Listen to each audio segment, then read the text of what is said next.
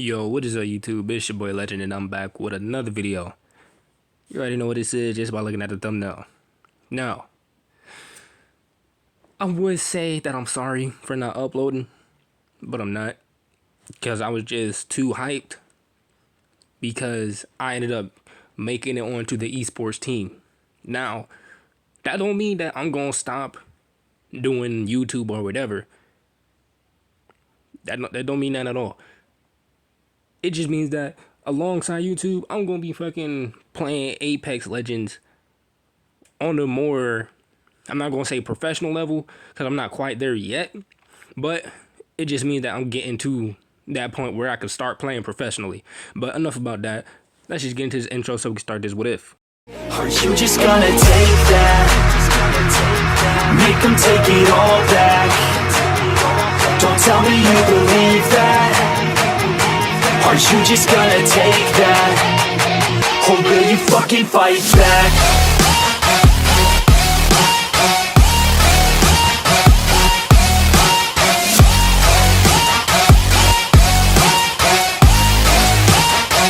Or will you fucking fight back?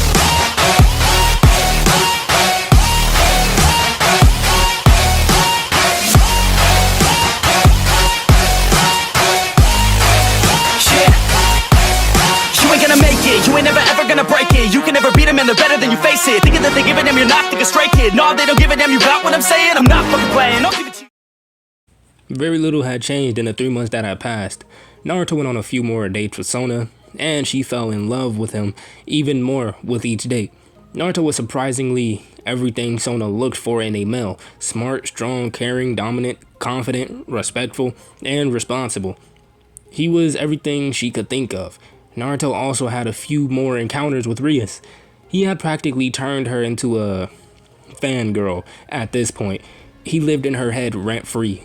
That's how obsessed she was with him. Naruto was currently sitting in the living room on his recliner. Sona sat comfortably on his lap as Naruto had an arm wrapped around her. So, I see you and Rias have gotten more friendly. Naruto gave a small laugh. He didn't see it that way at all. He just enjoyed teasing her and watching her get flustered and clumsy with her reactions. I guess you can say that about the two of us, but at the moment I don't see her as anything more than just an acquaintance, or maybe even a friend that's enjoyable to poke fun of. Sona scooted deeper into Naruto's lap with her back now pressed up against his chest. Well, it's obvious that she sees you as more than just a friend. She's constantly asking me about you when you're not around. In all honesty, I've never seen her act as a fangirl the way she is now. But please do me one favor. Don't toy with her emotions. She has a lot going on already, and she doesn't need to be heartbroken. If you choose to allow her into your harem, make sure your feelings for her are genuine. Naruto looked at Sona. This was the first time she gave him an order when it came to his extended love life. Okay, dear, I heard your orders loud and clear. Sona glared at him, but he stole a kiss from her as she melted into it and deepened it by putting her tongue into his mouth. Ravel then came into the room and saw the two making out as they broke apart, looking at a red-faced Ravel with embarrassment. Sona, I believe you have something to speak to Ravel about.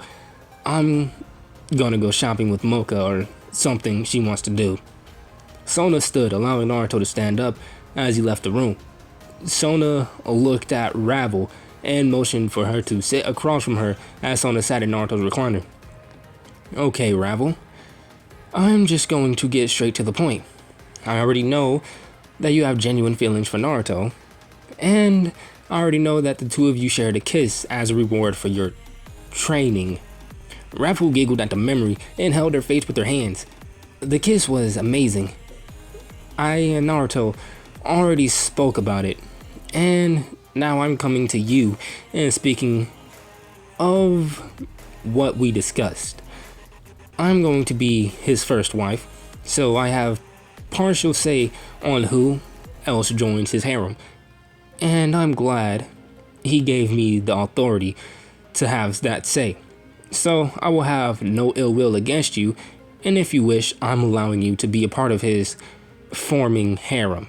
Ravel was ecstatic as she jumped up and hugged Sona and gave her a rather wet kiss for being a phoenix. Meanwhile, Naruto walked out of the mansion with Mocha right behind him as the two got into another one of his cars. The car of choice for today was a McLaren 720S Spider, finished with onyx black over midnight blue leather. The two were dressed up, Naruto in a black polo shirt with white shorts and Sperry's, while Mocha had on a red button-down shirt that hugged her curves, a white skirt and Sperry's. The two pulled off, making their way to the mall. They arrived a short while later. Naruto glanced down at his silver watch. They made it here in 10 minutes. The two walked in as they had to push through a rather simpish and widow shopping crowd that was around his car to get pictures of themselves leaning on said car as if they owned it. In all honesty, it didn't bother Naruto as long as no damage was done to his car, but one boy caught his attention, not because he was interested in the car, but because he was interested in Mocha. Naruto turned as he heard someone yell, "boobs," before he felt a familiar aura that brought back rather painful memories. It was this generation's Red Dragon Emperor. Said Dragon Emperor went for a running start, lunging at Mocha, who swiftly sidestepped, avoiding the pervert who was trying to cop a feel. Issei landed face first in the ground as his legs folded over above his head as he muttered out such a glorious sight of perky breasts, causing Naruto and Mocha to sweat drop. The two of them turned and made their way into the mall. The moment they entered, Naruto was being dragged around to many different stores. Currently, the two were in a designer clothing store as Mocha looked through all the arrangements of female clothes with a growing pile on her right arm. Soon, she was in the changing room as Naruto waited so he could pay the bill. Mocha came out of the changing room and pulled back the curtain, giving Naruto a full view of her. "How does this look on me?" Naruto looked at the red and black bra and undergarment set that Mocha had on. His eyes could care less for her clothes that covered her. He was more interested in her flawless skin and how nice the curves that she had looked. "It looks nice, I guess, but then again, you could have on sweatpants and you would look like nice in those." Mocha turned and went back into the changing room before she stepped out again. "How about this swimsuit?" Naruto's eyes were glued to her body as said swimsuit made her look more enticing, and it started to make some primal urges come forth, but he fought them off.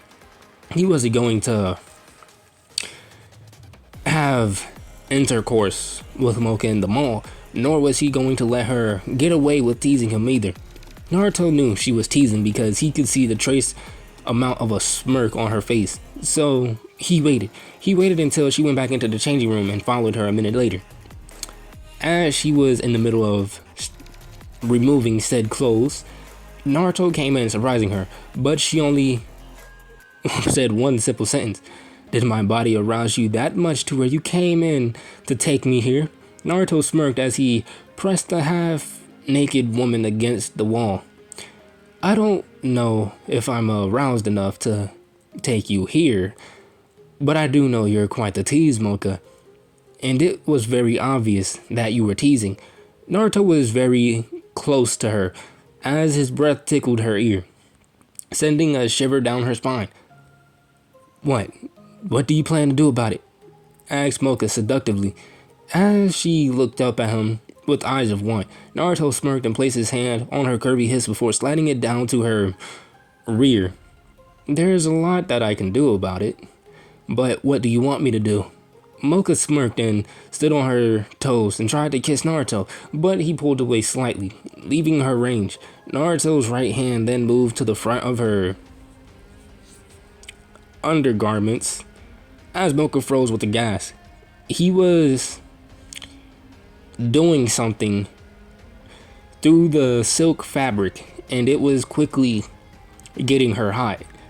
"You know, Mocha, the female body is rather sensitive, and you just need to know what to do, and you could get any reaction. For example, right now, I'm just doing this to your lower area through the fabric, and me doing this is causing you to become rather impatient, And as you become more impatient, you will eventually begin to show more of your primal urges. Mocha was quickly becoming putty in Naruto's hands, and he found it rather arousing, but he was disciplined. Naruto then moved her undergarments. You know, I'm not even going to say that on YouTube because they is just that they are literally that petty. Naruto walked out of the changing room with a smug smirk on his face. Mocha, however, was highly annoyed, but that was a huge understatement. She was just pink-balled, and it left her extremely hot. She didn't even want to stay in the mall anymore. Fuck the mall, fuck shopping, fuck buying shit. What she wanted to do was get dirty with a male and be did very hard. Mocha got dressed and left the changing room. She grabbed Naruto by the arm rather aggressively as she started walking. The two made it back to the car, and Naruto could see how uncomfortable Mocha looked. She sat with her legs tightly closed, both hands in between her thighs, as she shifted in her seat occasionally. Naruto thought it was a little funny. He did the same thing to Rias. The only difference was that he didn't get to see her reaction. Naruto tapped the digital screen on the car and made a call, and soon Sona picked up. Yes, Koi? Naruto gave a faint smile at the predicament he was about to put Mocha in. Hey Sona, Mocha put herself in a bit of a hard place right now. Sona was confused. Why was he telling her this? What do you mean, Koi? Naruto started to chuckle as he looked over at his pawn. Don't you fucking dare, Naruto. Naruto turned back. Mocha is very hot right now and craving some. Naruto's next words were muffled as Mocha placed a hand over his mouth. Shut the fuck up, Naruto. Don't listen to him, Sona. He's being an ass right now. Sona knew she was lying. It was easy to tell. Her skin was flushed and she was sweating. And her breathing was haggard. It was obvious that she was aroused. Well, if Mocha wants to be a part of your harem, then she needs to be woman enough to talk to me about it. Ravel did it, so it should be no problem for her. With that, Sona blew Naruto a kiss and hung up. Sona knew what she was doing. Mocha was prideful, so she knew it would be a while before she came to her. Plus, Sona was still pissed off that Mocha tasted her without her permission. So, this was her way of getting back at her. Soon, the two of them arrived back at the mansion. Naruto was greeted by Sona at the door, who gave a devilish smirk at Mocha. She then proceeded to make out with Naruto in the most disturbing way. Mocha couldn't help but watch. Sona, however, caught Naruto off guard. Her tongue was down his throat, and she had pushed him up against the wall while placing his hands onto her ass. Naruto picked Sona up, causing her to moan into the kiss rather loudly. It got the attention of everyone in the house. Sona had to put a stop to this though, because now she was getting rather hot. When all she was trying to do was just put on a show for Mocha, Sona tried to push herself away from Naruto, but it was hard with him having picked her up. Naruto soon started to kiss her neck, getting a gas from her. Koi. Sona held on to Naruto like a lifeline. Mocha was turning red watching the interaction. Valerie and Rengoku looked at each other, both turning pink in the face and hearing what was going on. Ravel, however, didn't hear a thing due to her being in the shower. Naruto began to walk, going to take Sona to the bedroom. Naruto placed her down on the bed and stopped. Are you comfortable with this? Sona grabbed Naruto by the collar and literally ripped his shirt off, showing his well-sculpted body. Don't fucking stop. Alright guys, you already know what's about to happen. And you guys already know that I can't read this on YouTube. So, another skip in 3, 2, 1, go. After the two finished their activities, the two of them cleaned up in the shower. Time skip 2 days later. Naruto and his peers were in the park as he did some physical training with them. At the moment, he had them running 5 miles and Rengoku was already done. Soon Valerie came as she finished her laps along with Mocha. After them came Ravel. Naruto stood to tell his peers the next exercise, but was interrupted as Rias and her peers appeared. Naruto turned toward the late arrivals, only giving a sorry we're late, but Akeno decided she needed more breathable workout clothes. Naruto looked over at Akeno and raised an eyebrow. She wore thin black leggings that were completely see-through, to the point of him being able to see her purple undergarments. She had on black tennis shoes and a white crop top t-shirt that barely came down over her large bosom, and a purple bra. Whatever. Let's get going so the actual training can start. Naruto and his peers left in a magic circle, and Rias and her group followed short. They were now back at Rengoku's dojo. Naruto was about to speak, but was cut off by Kiba. Naruto, sir, if it's alright, I would like to challenge one of your peerage members to a spar. Naruto looked at the blonde pretty boy. That's not a good idea. Denied. Rias found his answer amusing, but was curious to see how her peerage would do against Naruto peerage. Come on, Naruto. How about my peerage against yours? Ravel and Mocha noted the seductive tone in Rias' voice, and they prayed that Naruto would just say yes to this. Yes, that does sound like a good idea, Naruto-kun. Please say yes. I'd love to see you in action. Naruto heard the underlying tone of the sentence from Akeno, and he looked at her. That is not a good idea. I can't guarantee the safety of any one of you if you fight my peerage. But guys, I'm going to end it off right there. If you guys enjoyed the video, make sure you hit that like button, subscribe while you at it. But without further ado, I'm out, and I will see you guys in the next one. Peace.